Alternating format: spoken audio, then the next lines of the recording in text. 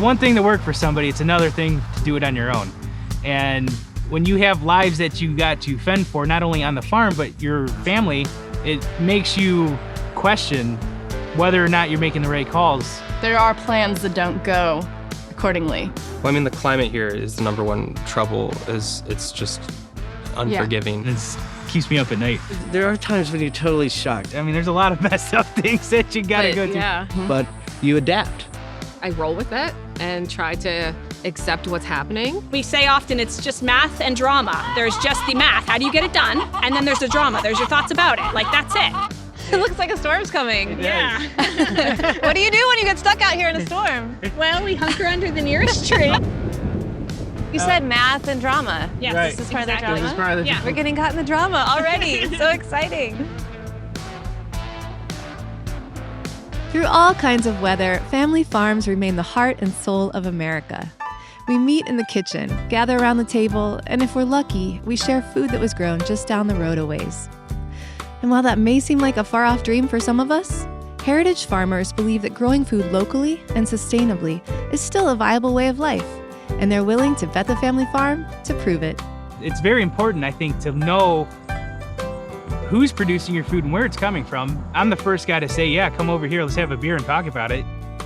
I grew up in the suburbs. We always had gardens. I had a part-time job working on an apple farm, an orchard. My background is very similar to his. Grandma and Grandpa, they had a garden. We met at a daycare. I was the preschool teacher. I was transitioning to go into a police academy, and there was a few months through the summer where I didn't have anything going on. My mom, she's like, hey, do you want to drive the school bus for the kids? And I said, yeah, I can do that, no problem. He ended up working next to me. Yeah.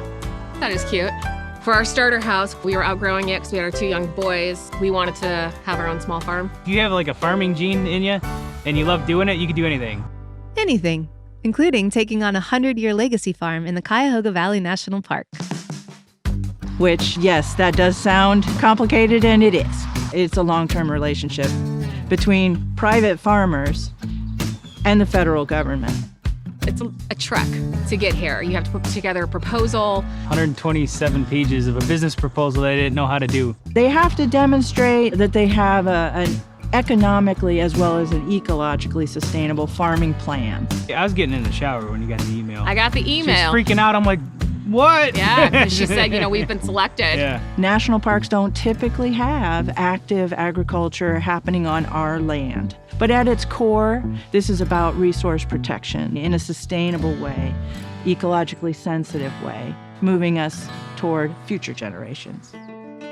We have a small farm school, just kind of letting kids be kids. We have an ABC garden. So I have the kids grow the alphabet, start it from seed generally, and they watch the whole process and they feed themselves and they taste new things. So we're just trying to bring back those old lifestyle, like those skills, that skill set. That's what we want for this community, for our children. You gotta know where your food comes from. A heritage breed, it's essentially a breed untouched by modern farming. 9 times out of 10, people will be like, we do taste the difference. I'm a really firm believer of the essence of an animal.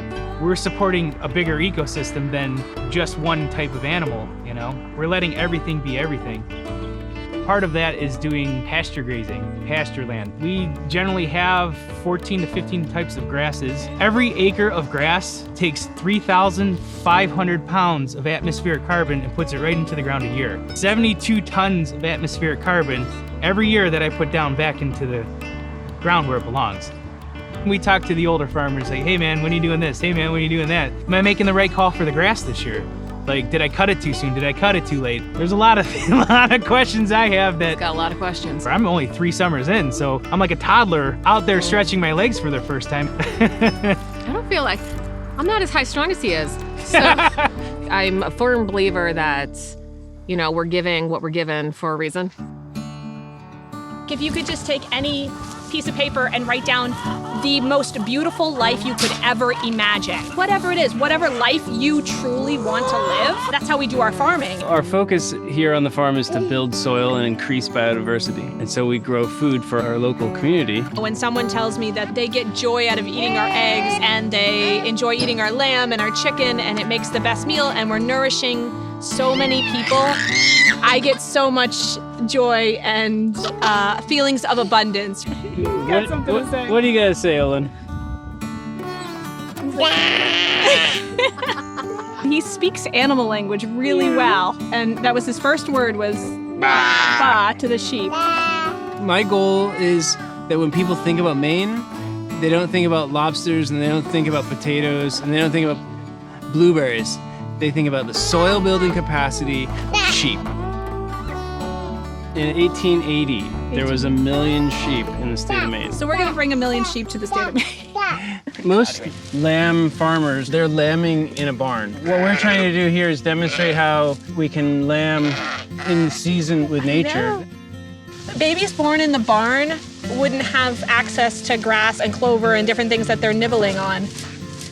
When they eat the top off of this plant, some of the roots die back in the soil, which starts building the carbon. So I pick up all this netting and move it every day.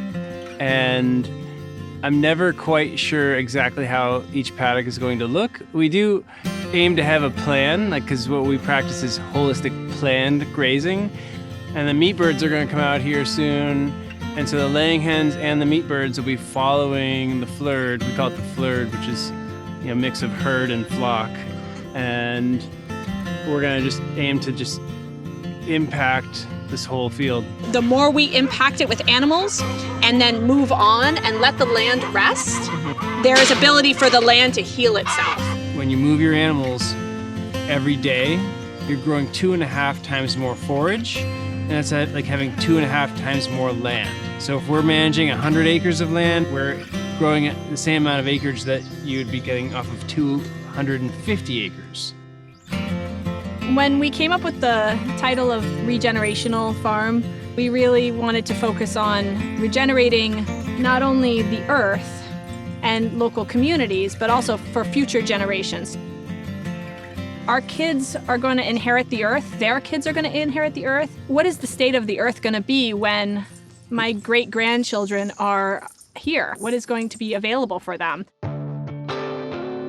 I see this massive gap in our food coverage. We're almost a completely self-sufficient community, except we ship in all of our food and we rely on that. Essentially 95% of the food in Alaska is imported. So it's never really picked at the peak of ripeness. Thinking about how food security not only matters, but is actually vital to building resilient communities, and how Southeast specifically, even with the climate as harsh as it might be or unpredictable as it might be, if we had a shipment that's late within like 3 days' time, the shelves will be like barren. We thought that maybe a market facilitated towards local produce to make it a consistent year-round available thing for people was the way. So this is our store. What Welcome. a cool space. Panhandle produce.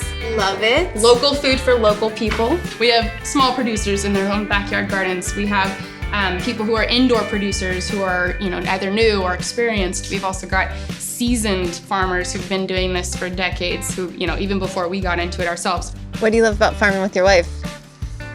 Farming with my wife. I don't see a lot of people our age, honestly, here trying to get into farming. Food producers are oftentimes not able to access the land. There's literally no land that is designated as agricultural use within Juneau. So really, farming and gardening here is about creating your own soil and maintaining the tilth. Just learning how plants grow. I learned through trial and error. There's no mistakes, there's no failures. It's just like the next step forward. This is our happy place. This is magical out here. I'll wake up in the middle of the night sometimes and come out and look at the stars. There's no light pollution from anything. And the auroras it's incredible. You look up there and you can actually see the rest of the galaxy. Nature's beautiful in that she provides so much. You just have to have the vision to see it. This isn't a tree, it's a cathedral. This thing is probably 300 years old.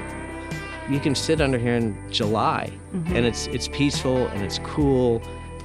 I'm a 4th generation rancher here in South Texas. This land has taught me so much. Every day something's new. I mean, I've been lucky enough to steward this land for the amount of time I'm here.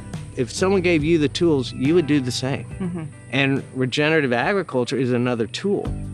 Regenerative agriculture, a systems-based approach to land management that restores soil, increases biodiversity, improves the water cycle, and builds an ecosystem more resilient to the changing climate. Imagine if all of these neighbors were following the same regimen, the benefit to the wildlife, not to mention the holding the water in the soils. Right? Water is precious in Texas. You graze the ground down, the water just runs off. But if you have those deep-rooted grasses, then the water goes down and can follow the roots down. And if I can maintain the moisture in my soils and prevent water from running off, I'm convinced people want to do that. But it's a new idea, right? It's not your grandfather's Oldsmobile, right? We think of the world as complicated, like a clock, like a machine, like a car. We often refer to ourselves as machines. Nature is not complicated. Nature is complex. And the difference between complex and complicated is that if I took a part out of a car, it might not run. If you took a gear out of a watch, it's not going to keep time. If you injure the landscape keeps on going. What we're doing here on this farm and what we're doing in our lives is managing complexity. This is a living laboratory. I'm like, let's do it. When you plant a seed, you don't necessarily see it come up right away, but that doesn't mean that something isn't happening beneath the soil. Yeah. It's about having a plan for the future, like envisioning what do you want your life to be like in the future? What do you want this farm to be like in the future? And then making decisions based on that. We're just really lucky. I'm grateful that we took the risks that we did. I always say the land is healing. It's not our land, it's everybody's. And like the people who were here before us, they took care of it. Like you can feel it. Having like that close of a family lineage and actually meeting the people that farmed from here, and I'm like, man, like what can I do to honor you guys, and like what can I do here to, you know, keep the tradition going? And they're like, keep doing what you're doing. And that's the legacy.